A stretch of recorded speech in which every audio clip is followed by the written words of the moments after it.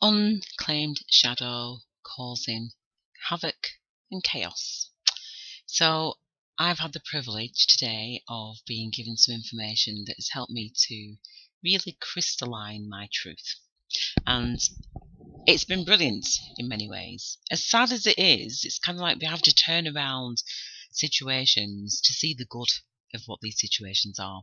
So basically what happens is we are living in a time of light and dark, where light and dark, light and shadow are being really exposed. And today I've been given the privilege to be able to try and unpack some of that. So by taking responsibility for my own life, I empower other people to take responsibility for their life, to take responsibility of the truth. And I've done that through storytelling. So I encourage people to tell their story. Because what happens is when we begin to start telling our story, we realise that manipulation, distraction, avoidance, unclaimed, unsaid, unseen, the invisible, they all start causing chaos and havoc. And it's in claiming that shadow, it's in claiming those, it's seeing those values of life, it's seeing those as for the truth of what they are and transmuting them. It's seeing those dense energies as being the avoidance, it's the shadow, it's staying in its darkness, it doesn't want to come out. Now, I want to put this into context a little bit more. Carl Jung, who was a psychologist in the 50s, I think it was, maybe probably later than that, he says there is no coming to consciousness without pain, facing the shadow, dismantling the ego.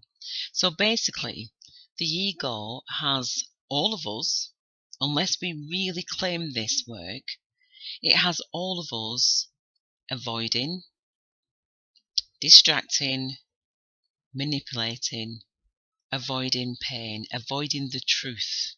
Okay? So there are some of us that are classed as light bearers, truth serums. And what our job is on this earth, in this purpose, at this moment in time, is to enlighten people with the truth. It's about evolving as a spiritual people, not a community, people. So the way that we do that is we balance between consciousness and unconsciousness. We bring out of the dark into the light the truth as we see it. It's about balancing the masculine and the feminine. And that masculine and feminine, the divine masculine and feminine, is within each of us. But because we're in this body as either a male or a female, we think that the divine masculine is maybe a man and a divine feminine is a woman. But it isn't. It's those qualities are in both of us. And when we link with our divine opposites, divine masculine, then sometimes what happens is the connection of unconditional love, that's love without what people call love in this existence that we're in. It's not like that. Carl Rogers, it's where I trained with person-centered counselling, talks about unconditional love. When you offer unconditional love to another human being, in any care industry, this is how it should be, then you give that person an opportunity to heal on that vibration of love. And that's the vibration that this evolution is currently desperately seeking for humanity.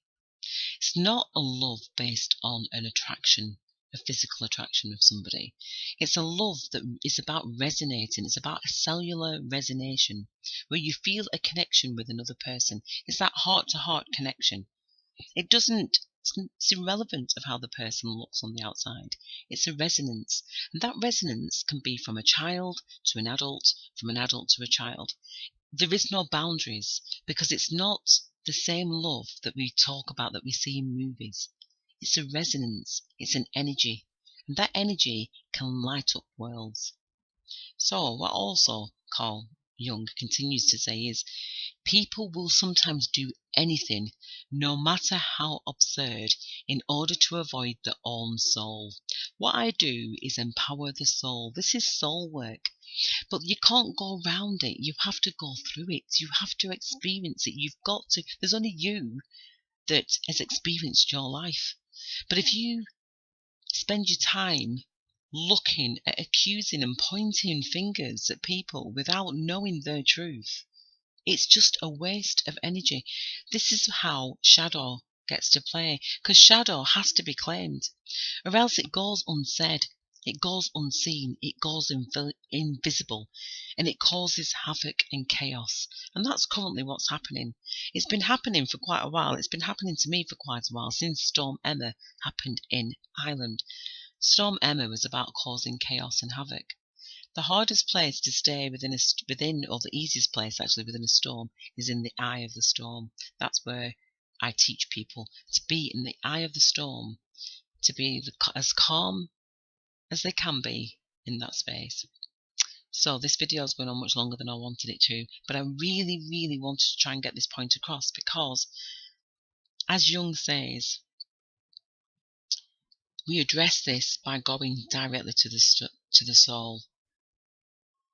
One does not become enlightened by imagining figures of light, but by making the darkness conscious. This is about bringing the darkness out and bringing it into consciousness through balancing consciousness and unconsciousness, masculine and feminine enlightenment teachings. So that's my teaching for today. In order to claim the shadow, we need to transmute it. We look at it, we identify it, we bring it out, and we transmute it. We uncover the true power of shadow by revealing that it's the cutting edge of evolution in transformational work.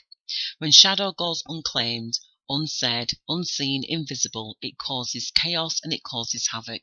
We need to expose it by speaking it out, talking about it, acknowledging it, sharing it, revealing it.